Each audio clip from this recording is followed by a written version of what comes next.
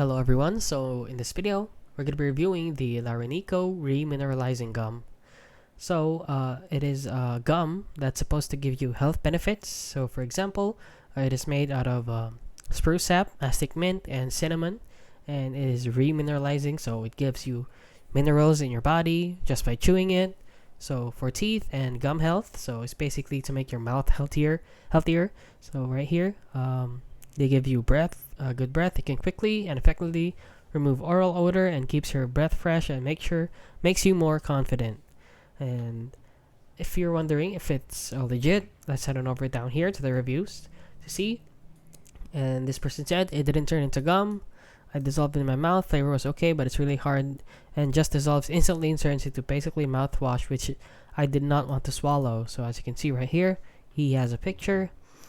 And nothing gummy to see here. Not gum, not a gum, gross. And definitely not gum, not a gum, gross. 0 stars, not gum. This is a scam. Don't buy, not gum. And see, all the reviews are saying that this is not a gum. So if you want looking to buy this, please don't. This is not a gum. As you can see also from the texture, that's clearly not a gum. And yeah, that's basically it. So if you found this video helpful, please consider liking and subscribing.